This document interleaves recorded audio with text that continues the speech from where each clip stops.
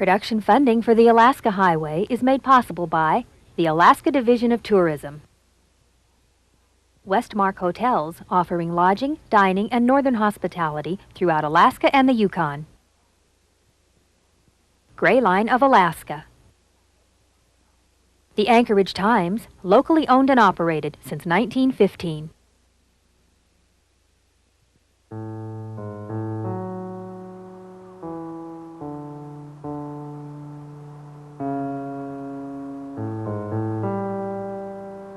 Called the longest main street in the world, the Alaska Highway runs from Dawson Creek, British Columbia, 1,422 miles to Delta Junction, Alaska. A journey that once took months now takes only days.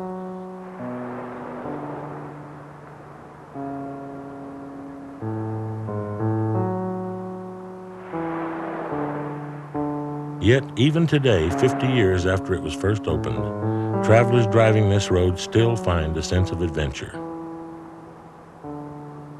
As a person drives north, there's a feeling of excitement adventuring along the same trail that trappers and gold seekers used over 100 years ago, heading for Dawson Creek, Whitehorse, and Fairbanks.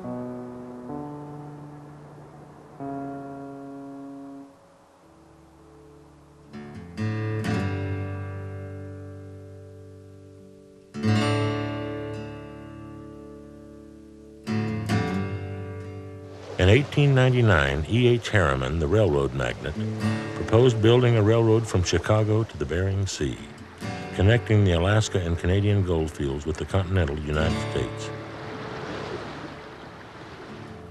When the claims played out, the gold seekers left, and the idea of building a railroad became just another memory of the gold rush.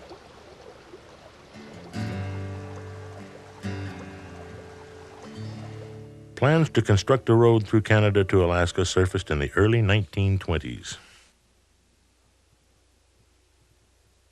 Donald MacDonald, a locating engineer for the Alaska Road Commission, had dreamed for years of an overland coastal route to Alaska. It would run north from Seattle across British Columbia through the Yukon Territory to Fairbanks.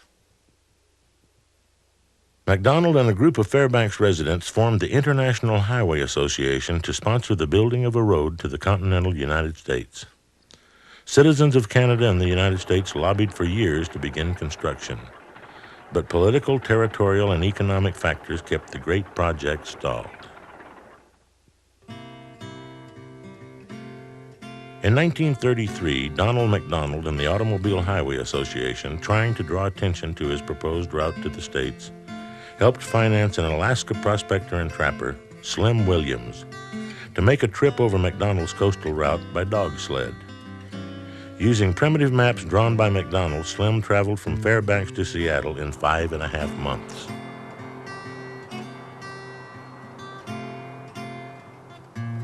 In Seattle, Slim replaced his sled runners with wheels and outfitted his dog team with leather moccasins. He then headed east, mushing 2,000 miles to the 1933 Chicago World's Fair. Slim was a big attraction at the fair. People from across the country came to see the man who had mushed a dog team from Alaska to Chicago. After the fair closed for the season, Slim mushed on to Washington, D.C. to tell Alaska's representative to Congress, Anthony Diamond, about the possibilities of a road between Alaska and the United States. Slim was invited to the White House to brief President Roosevelt on the proposed road. Years later, Mrs. Roosevelt would remember Slim as the most vocal Alaska advocate for the International Highway.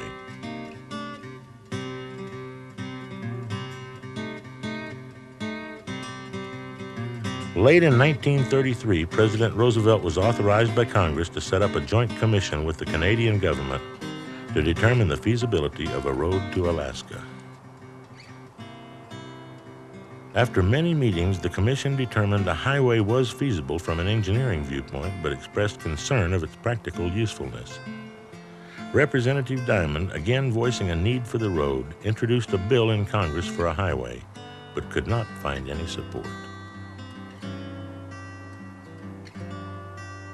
As the years passed, pressure continued for a highway in the Northwest, prompting President Roosevelt in 1938 to appoint the Alaska International Highway Commission to make yet another study.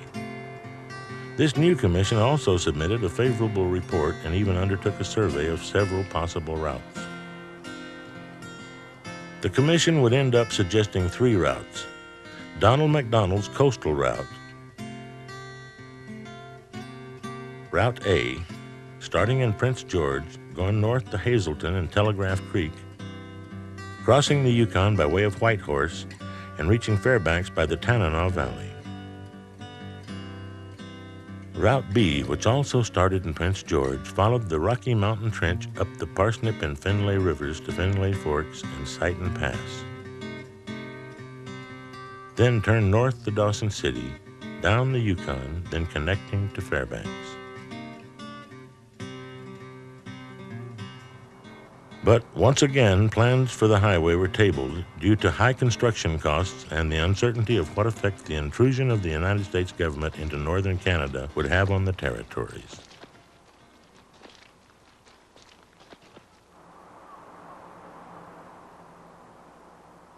On May 14, 1939, in another attempt to focus attention on the proposed highway, adventurers Slim Williams and John Logan and their dog Blizzard left Fairbanks for Seattle.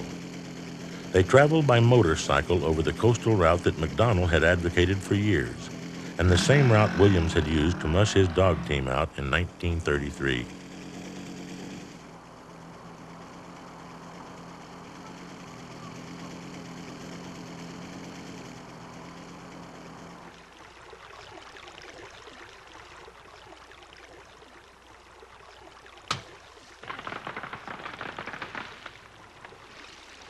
Slim and John, using maps provided by MacDonald, followed pack trails for easier going, pushing their motorcycles across half-thawed muskeg on fallen logs, and ferried their motorcycles across rivers on canvas boats and wooden rafts.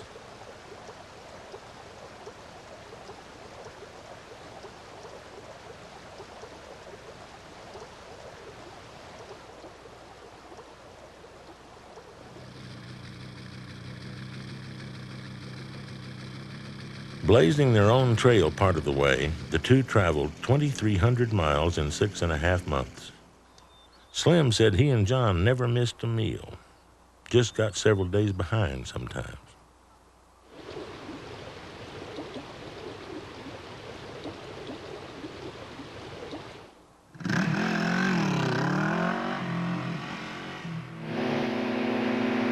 Arriving in Seattle in early December, they were introduced at a Chamber of Commerce meeting as the first men to motor the proposed Alaska-Yukon International Highway to Seattle.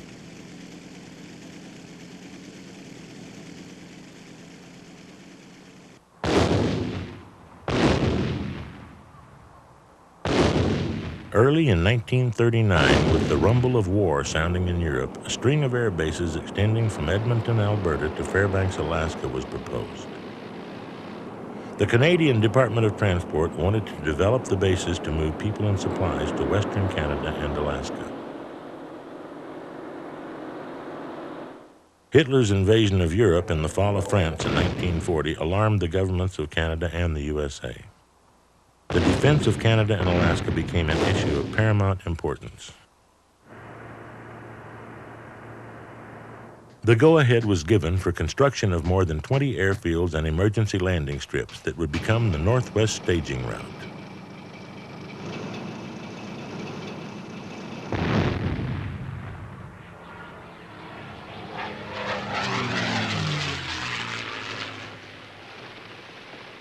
When the Japanese attacked Pearl Harbor on December 7, 1941, the threat of invasion on Alaska and Canada became a reality.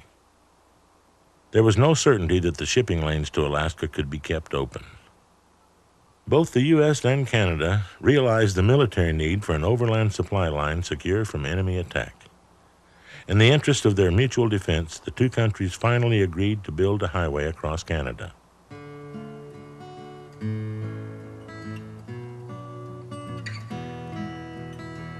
Canada agreed to provide the right-of-way, waive import duties and taxes, and allow the use of timber, gravel, fill, and rock for construction along the route of the highway. The United States agreed to pay for the construction and to maintain the highway for the duration of the war, turning over the Canadian portion of the road to the Canadian government 6 months after the war ended. A Canadian official said, "We will supply the soil. The United States will provide the money and toil." A highway would be built to Alaska. With the signing of the agreement, an American cabinet committee consisting of the Secretaries of Navy, War, and Interior was assigned by President Roosevelt the difficult task of route selection. They met and then transferred route selection to the U.S. Army Corps of Engineers. Military considerations were recognized as the most important factor in choosing what path the highway would take. The Corps decided the road would follow the line of the Northwest Staging Route airfields. This route not only furnished a visual guide for the pilots, but would help supply the airfields and flight strips with fuel and materials.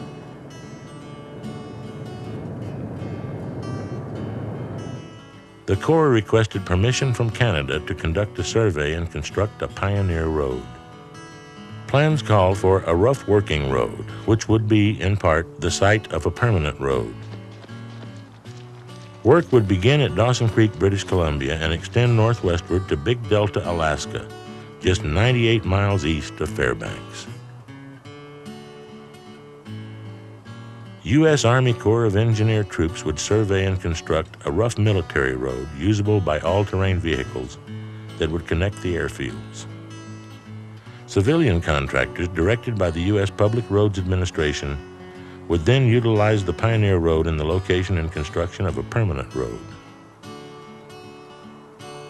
Brigadier General C.L. Sturdivant, Assistant Chief of Engineers, was ordered to obtain survey reports and determine the availability of road-building equipment.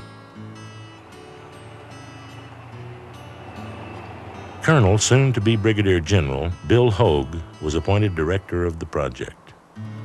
His orders from General Sturdivant were to push the pioneer road to completion with all speed within the physical capacity of the troops.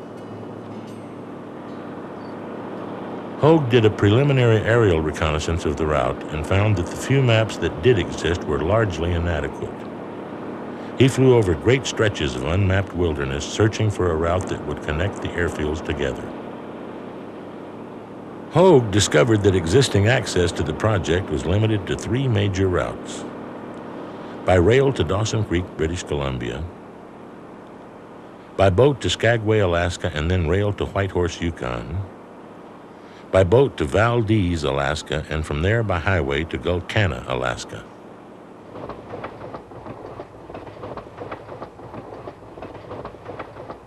Little did the towns realize the impact the construction of the road would soon have on their communities. Speed was of the essence. Top priority was given to cutting a passable trail through the short working season. The northern climate dictated a construction period of 6 months or less.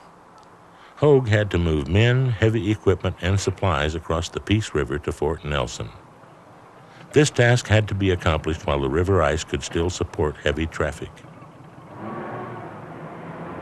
The spring thaw would make the winter road out of Dawson Creek a sloppy mire that could swallow both man and machine. Orders went out, and men and equipment of the 18th and 35th Combat Regiments began moving north. They came from all over, men and boys, officers and enlisted, black and white, from Iowa, Georgia, South Dakota, New York, California, and Florida, heading north by air, boat, and rail, most of them not knowing their final destination.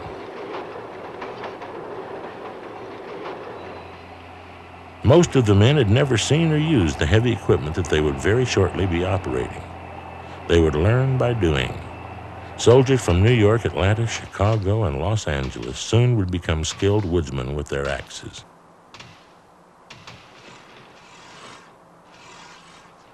They would work in a land where summer was 3 months of daylight, and where temperatures would rise to 70 degrees and sometimes much higher.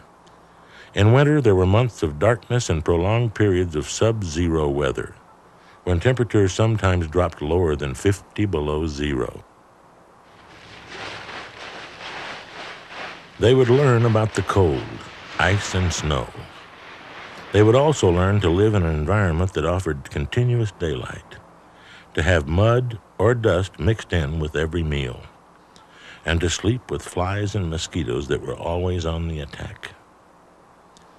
Some would grow to hate the country. Some would love it.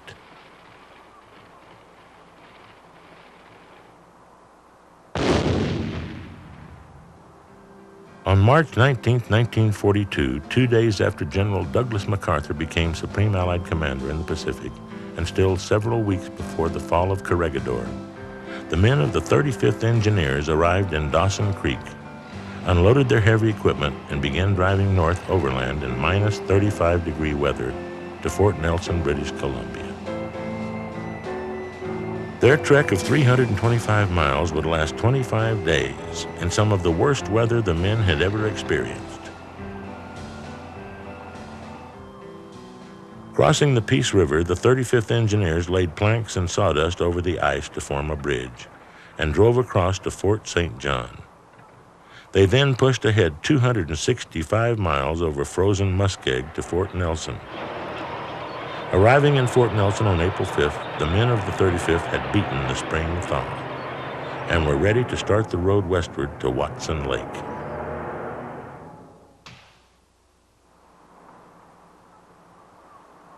At the same time the Alaska Highway was beginning, plans for a second major building effort in northwest Canada were being finalized in Washington and Ottawa. The Canadian Oil Pipeline Project, CANOL, called for construction of an oil pipeline and road running 577 miles from Norman Wells, Northwest Territory, southwest across the Mackenzie Mountain Range, to connect with a refinery being constructed in Whitehorse.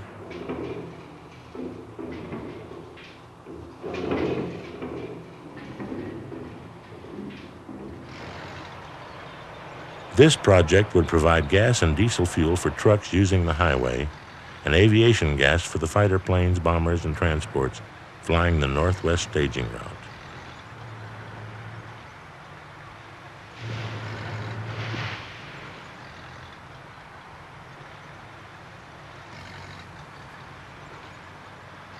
The oil pipeline would take 2 years to build and employ the labor of over 14,000 engineers and civilians.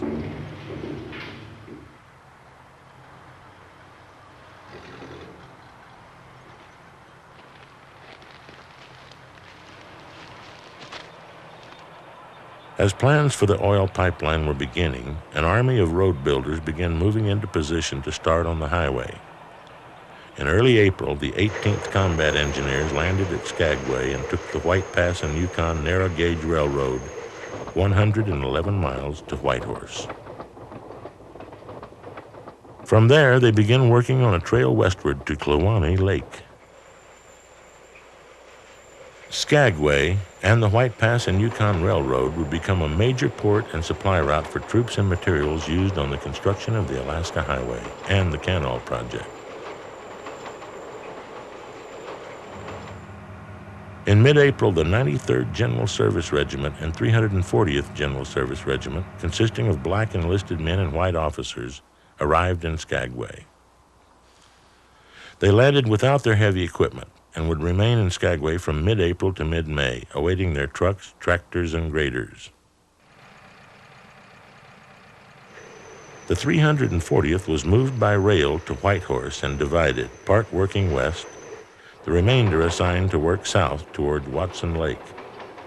The 93rd was sent to Carcross and worked east to Teslin Lake. In late April 1942, Lieutenant General Eugene Raybould, Chief of Engineers, split the project into two independent commands, placing Colonel Patsy O'Connor in charge of the Fort St. John or southern sector, and General Hogue in charge of the Whitehorse or northern sector. Watson Lake was the dividing point.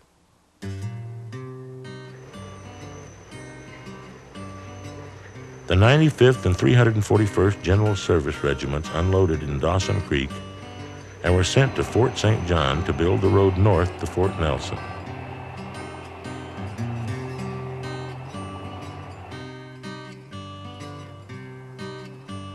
As construction began, survey crews were laying out the route for the Pioneer Road. Bush pilots spent long hours flying aerial reconnaissance, taking Army and Public Roads Administration engineers up to check the terrain. Possible routes were photographed to find the best location for the new road. Aerial surveys were followed by ground reconnaissance on foot with pack horse and dog sled.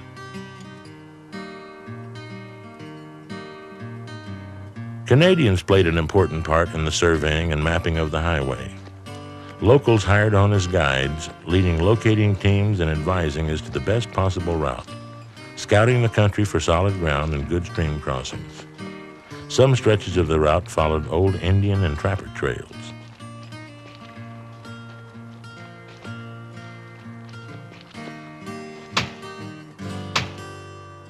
The primary road was cut with axes and bulldozers through forests of spruce, jack pine, and aspen trees.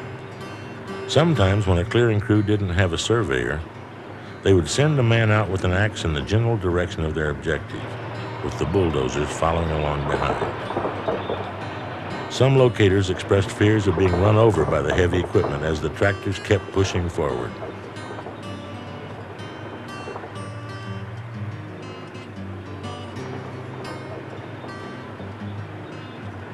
While the road was being built, one soldier was asked what he thought about this part of the world. He said, "This country ain't nothing but miles and miles of nothing but miles and miles." Living conditions were very difficult for the thousands of men building the road. It was impossible to make the camps comfortable, since they had to be moved every few days to keep up with the road building. Camps at the head end of the Pioneer Road were primitive, framed tents with field kitchens housed under canvas. The GI stove never reached some outfits, so they used open fires and oil barrel ovens. Most laundry was done the old-fashioned way, hand-rubbed in rivers, lakes, and streams.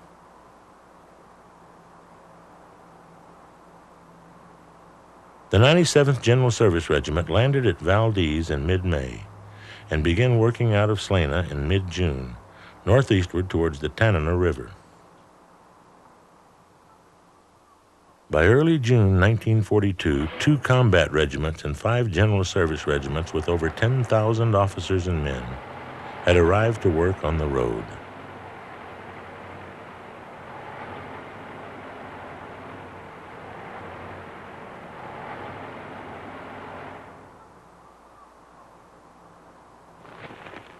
The Japanese attack on Dutch Harbor and the seizure of Attu and Kiska Islands in the western Aleutians made construction of the road even more urgent. The fight for Alaska had begun.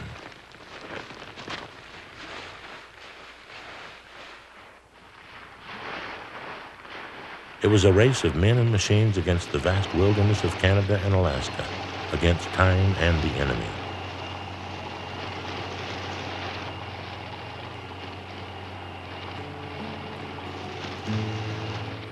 As the Army was issuing marching orders and moving troops into place, the Public Roads Administration, the PRA, started gathering engineers and support personnel from district offices across the United States. Civilians would also play a major part in the construction of the military highway. The PRA would act as overseer on the project, contracting with and supervising the civilians working to widen and straighten the Pioneer Road, or to relocate the road on a new alignment to be established by Public Roads Administration engineers. The PRA first selected 5 management construction companies, who then hired smaller individual Canadian and American companies with their men and equipment on cost-plus fixed-fee contracts with the U.S. government.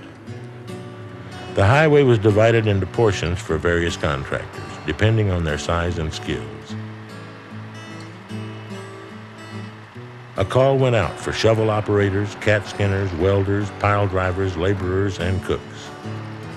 The contractors were hiring men and gathering trucks, tools, and other equipment and materials needed to build the permanent all-weather road. Working conditions were severe. Warning signs were posted in the contractors' recruiting offices, giving the men some idea of what they would be up against.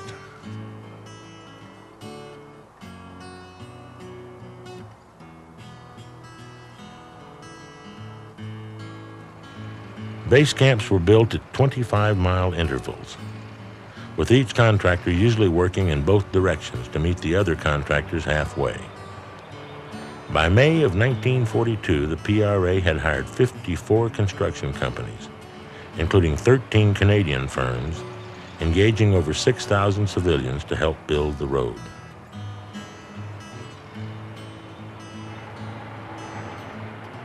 Vast amounts of equipment and supplies had to be shipped north to keep the construction moving. Supplies by the rail car load began arriving at the Dawson Creek railhead. Surplus equipment from camps of the Civilian Conservation Corps and the Works Project Administration were located and shipped north for use by the Public Roads Administration. During one 5-week period, over 600 boxcars filled with equipment occupied every space in Dawson Creek.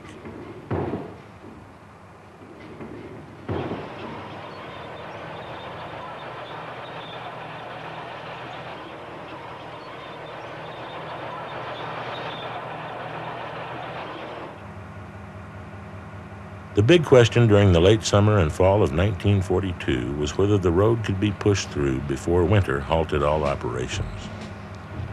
In July, the Army realized that if the access road was going to be finished on schedule, the engineer troops and civilians would have to join forces. General Hogue requested assistance for the engineer regiments. The PRA and civilian contractors were ordered to leave their work on the permanent highway to help finish the Pioneer Road. Contractors were shifted up and down the line to supplement and speed up construction. Some contractors were put onto the Pioneer Road to shape it up, gravel the surface, and improve the alignment and grade, while others were put to work on uncompleted sections. It would become a combined effort with overlapping work responsibility. As various regiments completed their sections of the road, they fell back and improved their original efforts. It was a race of men and machines against the coming winter.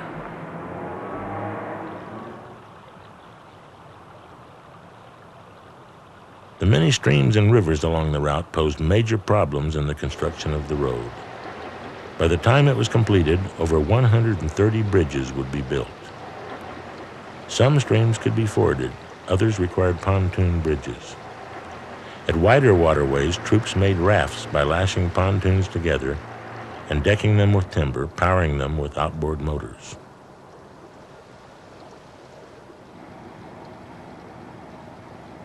The 74th Light Pontoon Company hauled men and supplies across the Peace River at Fort St. John on the tug Alcan. Tugs and barges also moved men and supplies back and forth on the Teslin River and on Teslin and Tagish Lakes.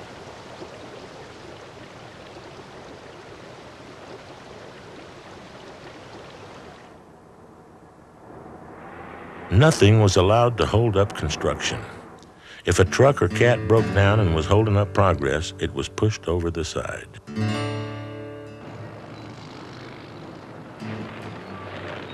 Build the road was the motto.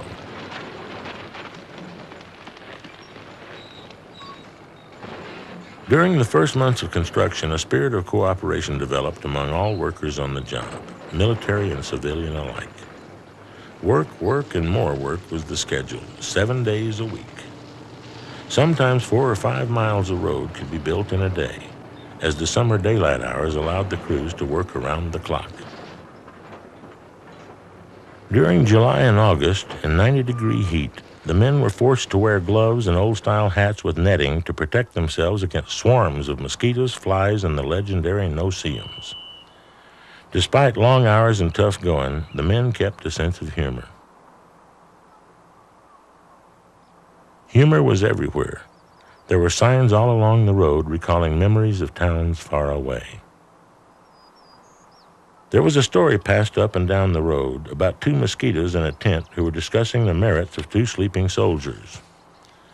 One said, "Let's not eat 'em here, let's drag 'em outside." "Oh no," the other replied, "if we do, the big fellas will get 'em."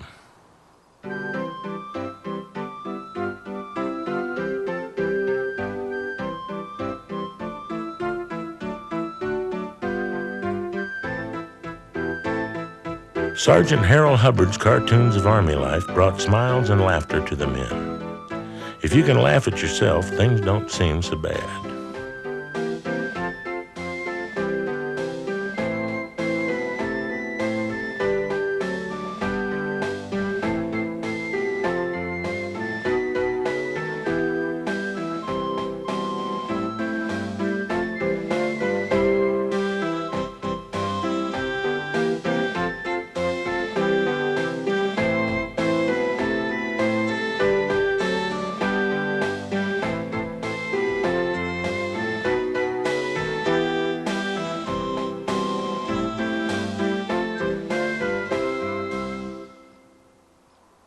Entertainment took various forms, including cribbage, poker, horseshoes, baseball, photography, and watching the numerous bears that became attached to the garbage dumps.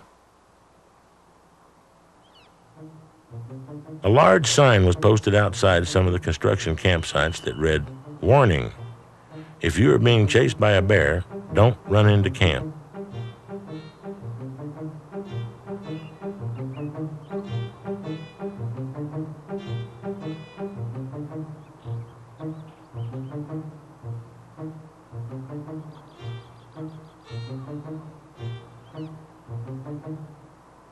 Men adopted pets such as huskies, squirrels, and bear cubs.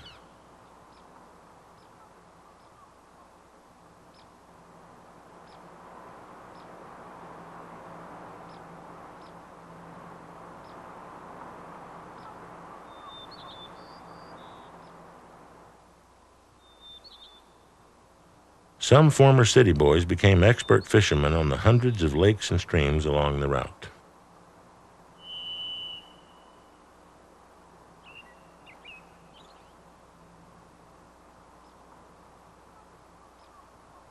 The men working on the highway dubbed the road the Oil Can Highway because of the hundreds of empty gas and diesel fuel drums scattered along the road. A lack of spare parts and the difficulty in making repairs were problems faced by both the Army and the civilian contractors. Due to the great shortage of spare parts, it was necessary to cannibalize some machines in order to keep others serviceable. Repair shops on wheels kept equipment in service. Portable refueling and greasing units kept the machines online and crews working.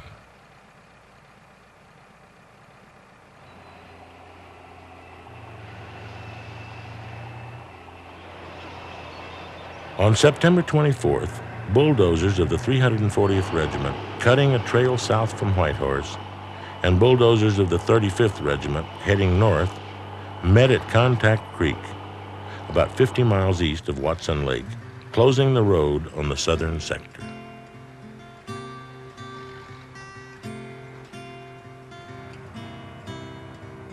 On October 25th, lead bulldozers of the 18th and 97th Engineers met at Beaver Creek, a few miles east of the Alaska-Canada border. The two units had joined their sections by means of a winter road, which would be passable until spring breakup.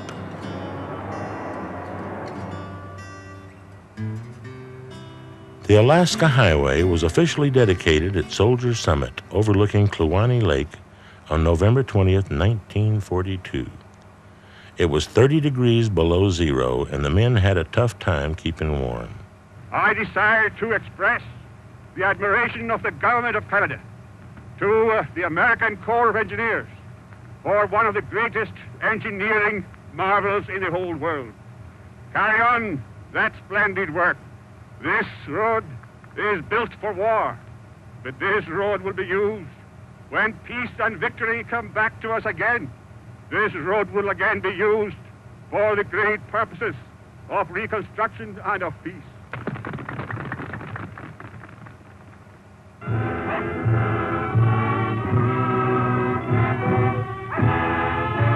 They've cut the ribbon. The Alaska-Canada Highway is now officially open. 8 months after construction began, the Honorable Ian McKenzie of Canada and E.L. Bartlett, acting governor of Alaska, cut the ribbon and trucks moved northward over the 1,600-mile highway. The objective of getting a road into Alaska that winter had been achieved, but the highway had exacted its toll of human life. A pontoon ferry crossing Charlie Lake near Fort St. John capsized in a sudden squall, drowning 2 officers and 10 men. 8 soldiers were drowned crossing the Peace River. One death from exposure occurred when a driver tried to walk 10 miles to camp instead of waiting for help in his disabled truck.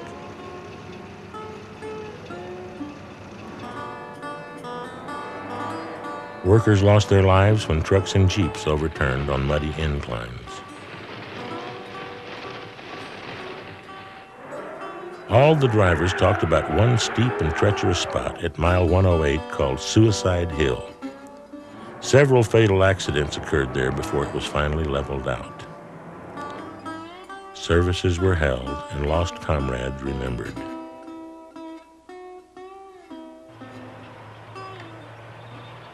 Work continued on into the winter under extreme weather conditions.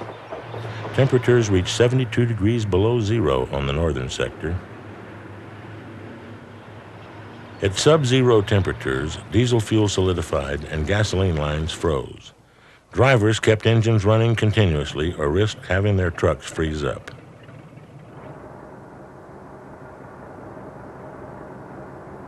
Throughout the winter, convoys used the road to carry supplies to the camps and the airports. Sometimes punishment becomes a pleasure.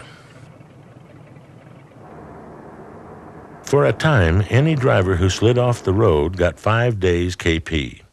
Since most of the truck cabs weren't heated, a lot of drivers started sliding into the ditch just to spend time in a warm mess hall. A new order was issued stating that the first order of business was for the driver to get his truck out of the ditch. Maybe then he would be allowed the honor of KP. Many trucks and tractors dropped through the ice, becoming trapped by the freezing water. They were left as a ghostly memory of what happens when you break down.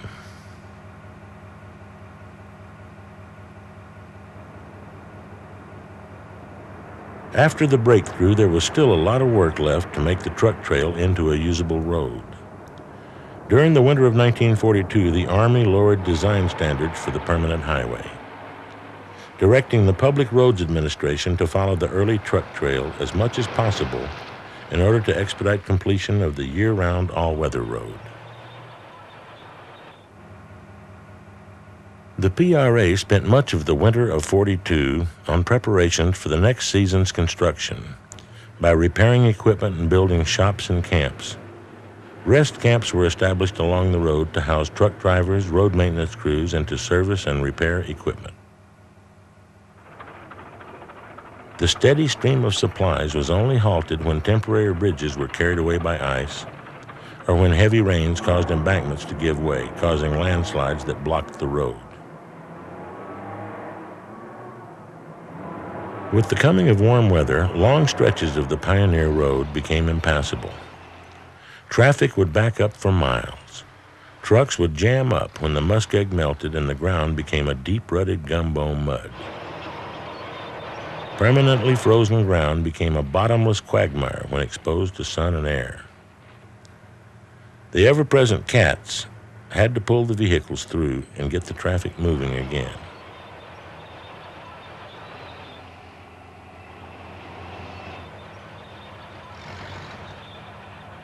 Logs often had to be placed in a corrugated fashion to form a foundation for the trucks to drive over.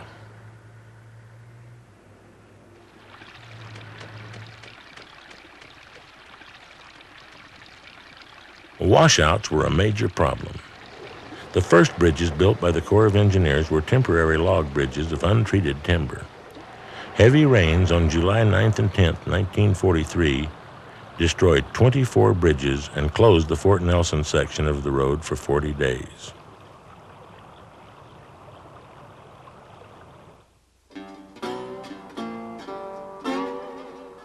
At the beginning of World War II, less than 3% of the armed forces were black soldiers. The military had a policy at the time that used Negroes mostly as service troops. There existed an attitude that black soldiers could not perform the complex jobs that the modern military required. Black soldiers working on the road would prove this attitude wrong.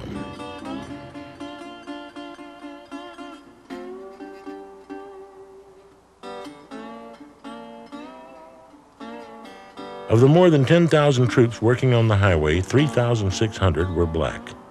The 3 black regiments served with distinction, receiving meritorious unit commendations. They built not only the highway, but acceptance for all blacks in the military.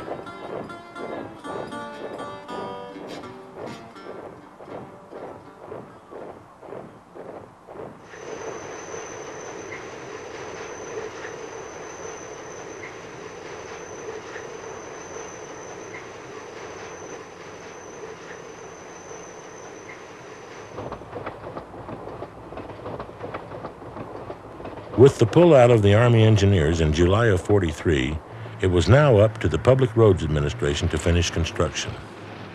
Workers leveled and straightened the roadway and improved the drainage system. The best parts of the Pioneer Road were saved and incorporated into the final highway. The worst parts lasted long enough to serve their purpose and were replaced.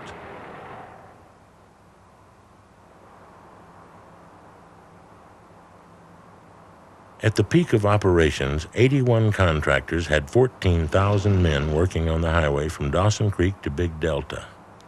Most of the contractors worked 2 11-hour shifts a day, 7 days a week.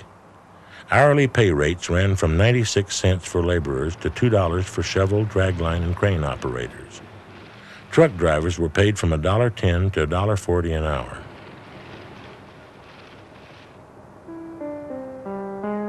Women played an important support role in the building of the highway. They worked as cooks, clerks, secretaries, nurses, and some even drove trucks.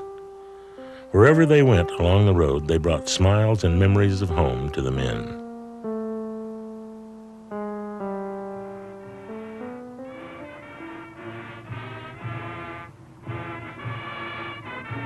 Another milestone occurred in early August of 1943 with the opening of the Peace River Bridge, located about 50 miles northwest of Dawson Creek.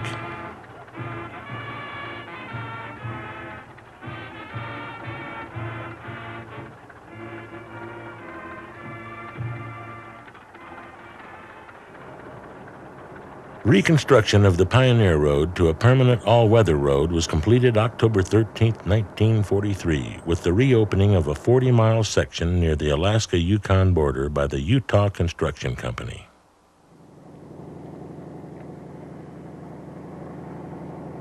The building of the highway not only changed the land of the Northwest, but would have a lasting impact on its native people. The military and civilian workers brought different lifestyles and values to the area. The soldiers and civilians unknowingly brought sickness. The Yukon Indians had no immunities to diseases like German measles, mumps, and influenza. Serious epidemics caused many deaths in villages along the new road. The road also brought education, easier travel between villages, and made health care more accessible to the people of the Northwest.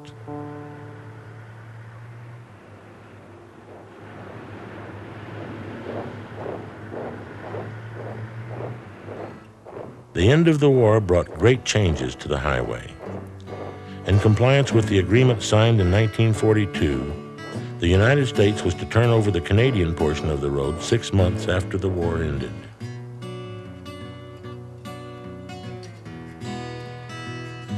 On the 1st of April 1946, control of 1,200 miles from Dawson Creek to the Alaska border passed to the Royal Canadian Army. Headquarters for the newly established Northwest Highway System was in Whitehorse.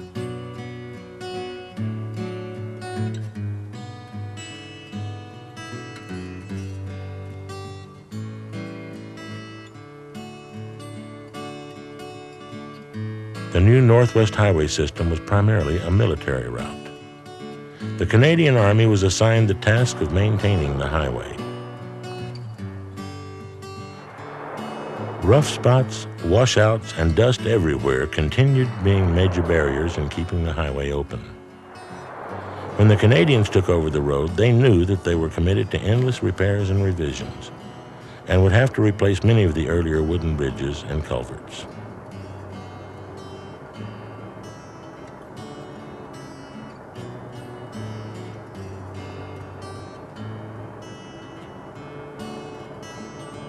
During the war and for the first few years afterward, the road was closed to most civilian travel for lack of most of the regular highway facilities. The only way a civilian was allowed on this military highway was by permit.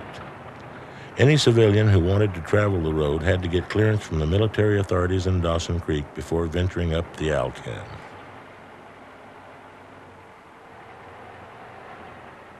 The Alaska Highway lies along some of the most beautiful yet forbidding country in the world. There were few gas stations, motels, or roadside cafes. People who did travel the road traveled through the kindness of those who lived along the way. The highway was finally opened to civilian traffic in 1947. The road was gravel almost the entire length. It could be driven comfortably at 45 miles per hour.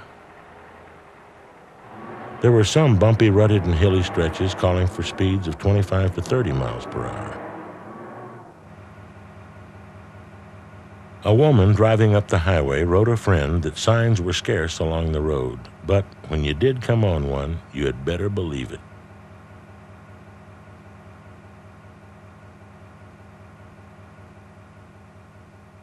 In 1949, William Wallace, seeing there was a need for civilians using the Alaska Highway to know what services were available, published the Milepost. The name Milepost comes from the familiar white mileposts which give the number of miles from mile 0 at Dawson Creek, British Columbia. The Milepost is an annual guidebook with useful information about services and accommodations offered along the road.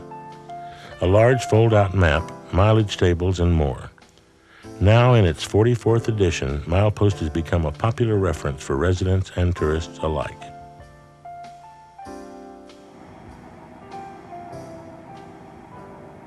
By early 1950, the highway had emerged as an important commercial supply line. Highway traffic continued to increase with the flow of goods and materials moving north into the Yukon and Alaska. An old trucker was heard to say, "I get a new thrill out of every mile of this old highway, every trip I make."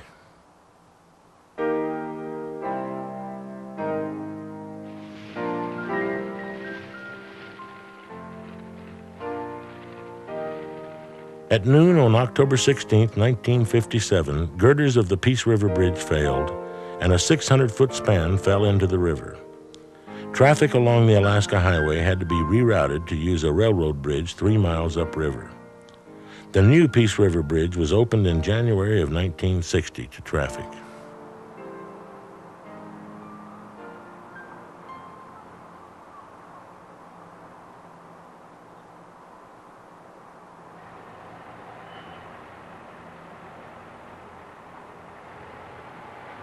On April 1, 1964, nearly 22 years after opening the Pioneer Road, the Department of National Defense transferred responsibility for the highway to Public Works of Canada.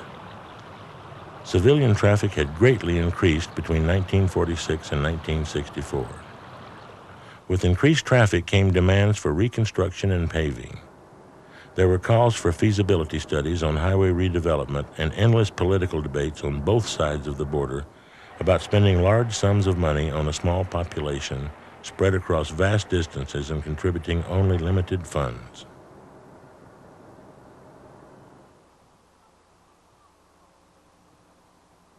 In 1967, local leaders in Whitehorse sponsored a 25-year Alaska Highway anniversary celebration. Speakers called for paving the highway, arguing that a paved road would increase tourist travel, improve the flow of freight, and be an overall benefit to the people of the North. Public criticism escalated as the increasing number of trucks and campers accelerated deterioration of the highway. The government wanted to put responsibility of the highway into the hands of the provincial government. The provincial government was not willing to accept the increasing costs. By the late 1960s, some sections of the road were paved, some sections had a good gravel surface, while some sections were still dusty and substandard. Broken windshields and headlights were common, and in dry weather, dust clouds reduced visibility.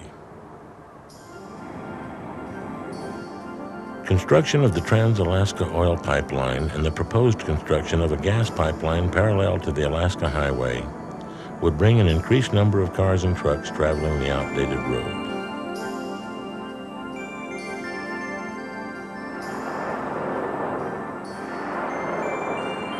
In 1973, the U.S. and Canada again opened negotiations for a cost-sharing program for paving the highway.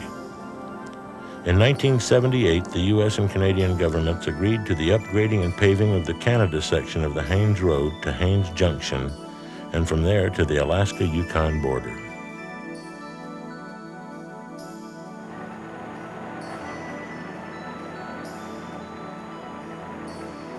The 1980s brought more and more cars, trucks, and RVs up the highway.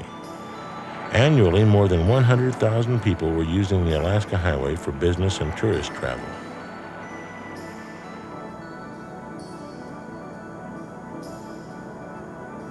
Time brings changes. With each year, a mile is straightened here, a curve is taken out there, and a little more of the original route is lost to progress. We end up bypassing parts of our past for the sake of convenience.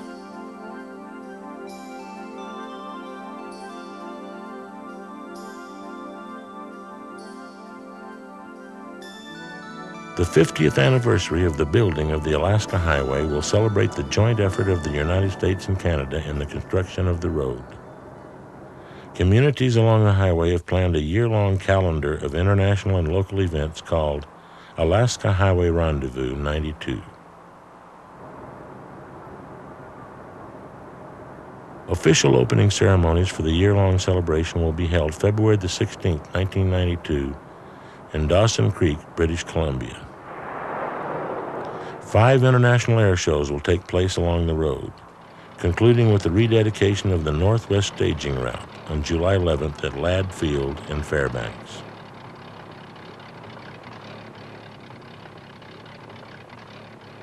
On November 20th, Soldier Summit near Kluane Lake, Yukon, will again come alive with a reenactment of the original opening ceremony held in 1942. Reaffirming the ongoing cooperation between the United States and Canada.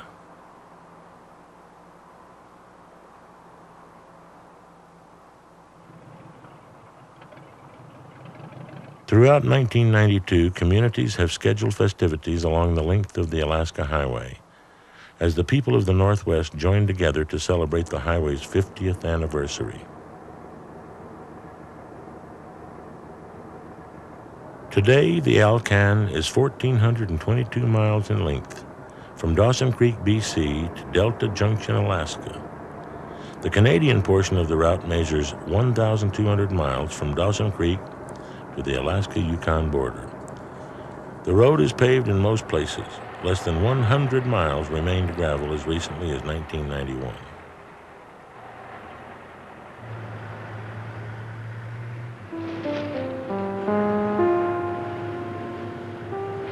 It has been called one of the most remarkable construction feats in history, built by thousands of soldiers and civilians, American and Canadian. Built as a result of the military need to connect the continental United States with Alaska.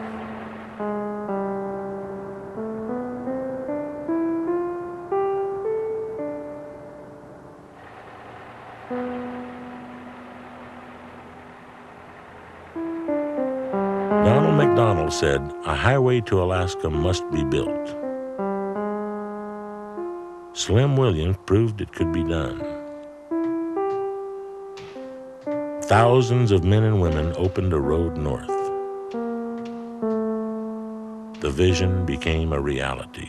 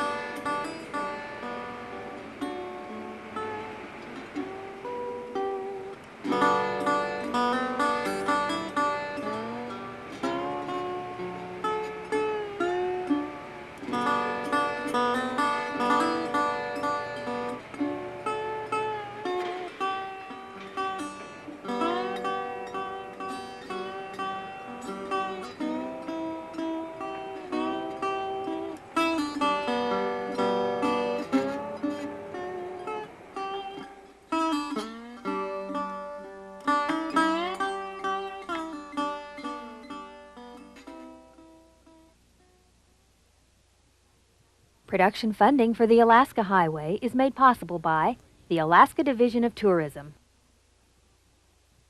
Westmark Hotels, offering lodging, dining, and northern hospitality throughout Alaska and the Yukon, Gray Line of Alaska, the Anchorage Times, locally owned and operated since 1915. Explore the famous Alaska Highway further with The Milepost, the world's best-selling guide to Alaska, featuring history, scenery, activities, and attractions, as well as food, gas, camping, and lodging, and detailed maps of every route. This comprehensive 700-page guide provides over 200 color photos and a wall-size pull-out map.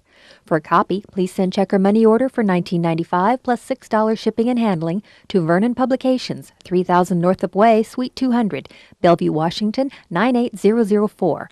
Credit card orders, please call 1-800-726-4707.